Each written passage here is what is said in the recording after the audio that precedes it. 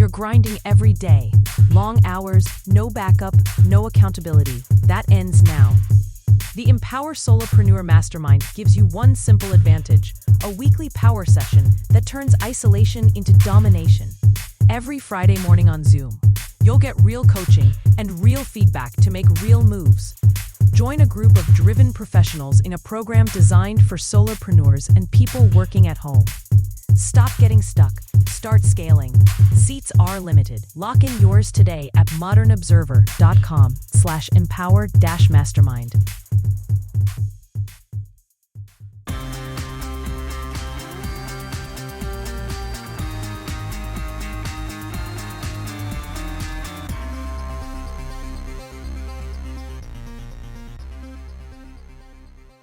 Fentanyl listed as a weapon of mass destruction.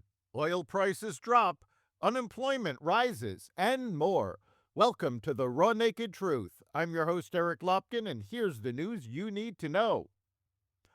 The manhunt for the Brown University shooter entered its fourth day on Wednesday morning.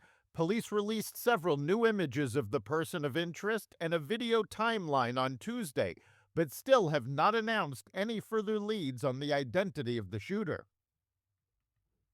The alleged father and son gunmen who killed at least 15 people in a mass shooting at Australia's Bondi Beach this weekend seem to have been inspired by ISIS.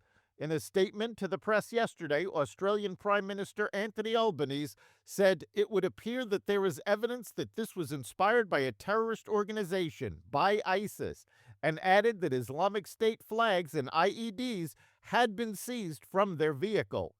Senior Israeli intelligence officials say warnings delivered to Australia ahead of the deadly attack were part of a much broader alert, an accelerating global rise in attempts to execute terror attacks across Western countries, increasingly aimed not only at Jewish targets, but also as Christians and large gatherings, especially during religious holidays.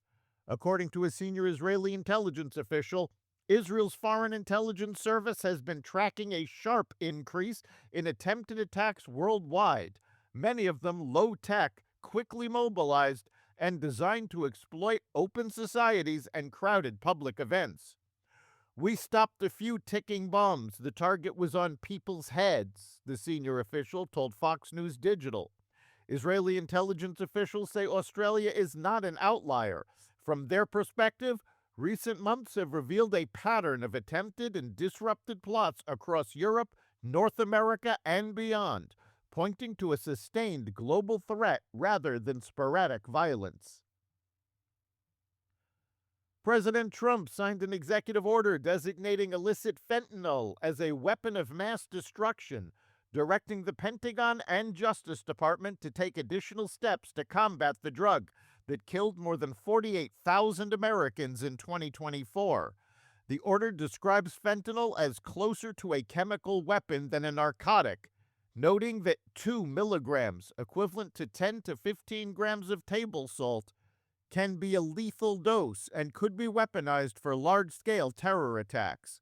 The designation allows the Pentagon to assist the Justice Department with defense assets to enforce criminal activity related to fentanyl, while the Justice Department pursues harsher penalties, including tougher sentences for trafficking.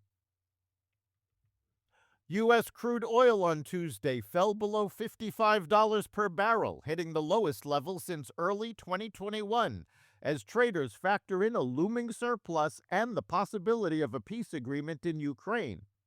West Texas Intermediate hit a low of $54.98 per barrel, the lowest level since February 3, 2021. The U.S. benchmark was last trading at $55.16, down 2.92%. Global benchmark Brent was down 2.77% at $58.88 per barrel. U.S. gasoline prices, meanwhile, have fallen below $3 per gallon to the lowest level in 4 years, according to the Motorist Association, AAA. The Labor Department on Tuesday reported that employers added 64,000 jobs in November, a figure that was above the 50,000 estimate of economists.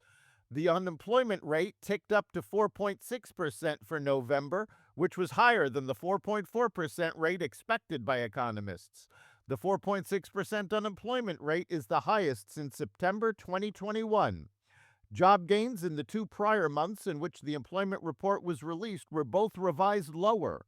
Employment in August was revised down by 22,000, from a loss of 4,000 jobs to a loss of 26,000 jobs, while September was revised down by 11,000 jobs, from a gain of 119,000 jobs to 108,000 jobs. Taken together, employment in August and September was 33,000 jobs lower than previously reported. That's the Raw Naked Truth for December 17th, 2025. You can catch every episode of the Raw Naked Truth Daily News Brief, as well as our sister podcast, Carnivore Radio, with news analysis and commentary, and the rest of the Xvadio Podcast Network at xvadio.com, the Apple Podcast app, YouTube, Rumble, Spotify, iHeartRadio, Audible, Amazon Music, and other platforms that respect freedom of speech. We'll see you next time.